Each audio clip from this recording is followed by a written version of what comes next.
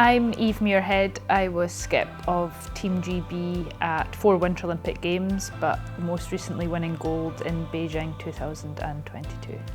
I started curling when I was about 9 years old. I also played a lot of golf as well. I kind of put my hand to any sport that was happening. But back then it was fine. I could curl in the winter and golf in the summer. But when curling became more of a kind of full-time job, that was impossible. So unfortunately now my golf clubs more or less take a back seat and get a bit dusty, and I'm on an ice rink the majority of the time. So yeah, I grew up with the sport around me. My dad played a lot of curling. As a youngster, I always looked up and watched him. My mum taking me and my brothers along, screaming and shouting, no doubt, making a racket in the bar area when she's trying to watch. But from a young age, you just want to go and give it a go, don't you? So curling originated in Scotland. A lot of people will be aware of Ailsa Craig. That's a big rock, you can see it from Turnberry actually, and that's where all the curling stones are made. Curling's a huge sport out in kind of Canada. They like to say that they started the sport, but really it was Scotland. And the sport in general is a team sport, 4 on 4. You play to a target, you play a certain number of ends, and at the end of the game, the score is added up and the team with the most points wins. All the way through my career, there's been challenges, and I think there's always challenges with your drive forward, your drive to succeed, but also your drive to get better. Sometimes you can just sit back and think, do you know what, I don't need to train today, I don't need to practice today. But that's all it might be okay for a few weeks, but that in the long run, that's not going to help you. I've always worked very, very hard, if I'm honest, and whether that was Christmas Day or New Year's Day, I don't know. I always wanted to do a little bit, so I knew that I was just that kind of one step ahead.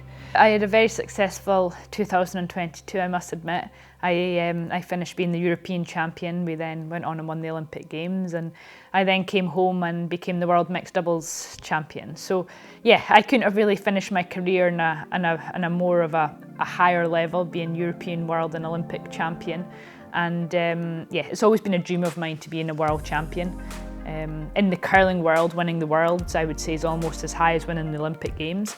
But I guess in the outside world, the kind of media side, winning the Olympic Games is a lot higher than winning the World Championship. So yeah, I'm very lucky to have them under my belt. A lot of hard work went into getting those titles, but I can look back now with a smile on my face knowing that I did achieve my goal. The emotions after winning that gold medal were a sense of relief in a way. Curling's a sport that runs from the start of the Olympic Games till the end of the Olympic Games, and I'd always aspired to be on the top of that podium, especially after getting the bronze medal in 2014. I knew I was capable, I knew the team was capable, but I think the big question was, could we deliver at the time?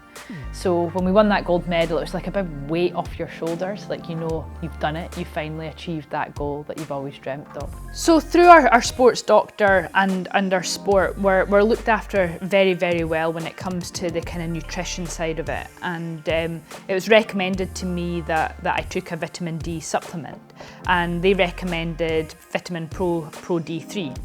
And of course, whatever I'm recommended, I look into, and I realised how professional it was, how popular, and I think it just showed that athletes can rely. And I think that's one of the most important things, that us as athletes, we've got to watch everything we take. Like anti-doping could turn up at my door any day, so we need to know that we're taking a reliable source. I've taken Vitamin Pro D3 for it's the majority of my career, if I'm perfectly honest. I think it's really important that we all take vitamin D. I think we all know that in the winter months the sun doesn't get high enough, and rule, if your shadow's longer than the length of your body, then you're not getting enough sunlight. So that's number one. Also, you can't get enough vitamin D from food. Of course, there is vitamin D in salmon, oily fishes, but you would need so much of that to get enough. And I think that's when supplementation comes in, especially Pro D3. And what's great about Pro D3, it's exactly what it says on the box. Like, that amount of vitamin D is in the capsule, and you can really rely on them as well. For people who are getting slightly older, vitamin D really helps your bone health. And I think we all know that we're not getting any younger every day, and I think it's essential that we maintain our bone health and try and help it as much as we can. And vitamin D definitely helps that, and it's a great kind of formula that you can take as a supplement and increase that health. I would say the majority of injuries from the sport of curling, shoulders, hips, knees, but if I'm honest, there's not an awful lot. I'm probably one of the worst that have had surgery. My hip already was maybe suffering a little bit with arthritis, and just needed a good kind of clean up. I had a bit of a teared labrum and a bone spur, and yeah, you name it. We're very lucky that we work with a lot of great staff that kind of keep us on our toes when it comes to the kind of rehab, warm up, cool downs. And I'll be honest, like, sometimes I didn't warm up, I didn't cool down, I just turn up, I go, and I'm still bad for that today. I think when you do have issues and niggles, you realise how important those kind of small aspects are. There was a lot of times I thought, I don't know whether I'm going to be back on the ice again, and especially when you kind of wake up in that hospital bed and you can't even move your leg, that you wonder whether you're ever going to be back on the ice again. And that went through my mind a lot. It also went through my mind, like, do I even want to go back? Like, do I want to put myself through this again? Do I want to go through all this rehab? Do I want to give up all this time to have physio appointments, to have doctor appointments, not being able to drive, getting taxis here, there and everywhere? Like, it's hard, but I knew if I wanted to pursue the dream I had of going to another Olympic Games and getting on top of that podium, I wanted to. So I did, and I did everything as best I could and gave everything 110%. Since I've retired, life has been very busy, very hectic, but also very fun as well. I've had a lot of very fun opportunities. I'm doing a lot of work with Team GB at the British Olympic Association. I was named Chef de Mission for the Youth Winter Olympic Games in January in Korea. So that's really exciting, but it's also a huge eye-opener being on the other side. I seem to spend a lot of time on a laptop, and it's very different from before. As an athlete, you probably took it for granted what went on to make events run, what went on to make your life easy, and now I'm on the other side of the fence, but I'm loving it. I am really am enjoying it. So I did the London Marathon in April. That was one of my silly challenges that I set myself, and I ran it for My Name's Doddy Foundation, Motor Neurons charity, raising money, raising awareness. I knew Doddy very well before he sadly passed away, and I'm just pleased to say that I raised a lot of money for him. And running the marathon, I'll be honest, was not fun, but it's also a very kind of proud moment when you finish, knowing that you've achieved something that is going to help other people. And yeah, a very huge thanks to everyone that did donate, because it's gone to a very great cause. A few of the TV engagements I've had from, let's say, Question of Sport, League of Their Own. Lucky enough to do a big comic relief challenge in the velodrome.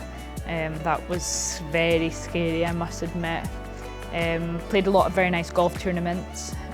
I'm very lucky to get invited to a lot of nice ones of those. Been awarded several kind of OBE, MBE. Sports Personality of the Year. I was lucky enough to be placed third in that. That was a night to remember. That was a lot of fun. So yeah, the list goes on, and yeah, it's definitely changed my life since winning that gold medal, but at the end of the day, it doesn't change me. I'm still Eve, and I'm never going to change the person I am. My top 3 pieces of advice to young curlers, I think number 1 is get that circle of trust around you. Get people around you who you trust, but most importantly, that they trust you as well. I think that's really important, and especially throughout my career, I've had experiences of letting too many people in, but also then sometimes not letting people in that you maybe should let in. I also think not being complacent. I think everyone during their career has a time of complacency. They think they know it all, they think they're good enough, but believe you me, we never know it all. And I also think as well, learning to perform under pressure doesn't come easy, and I think performing under pressure in sport's key, But I think be patient with that. I think that comes with experience. And I think that experience, what I've learned, is knowing when to kind of sit back, but then also knowing when to push forward and have an impact and an influence.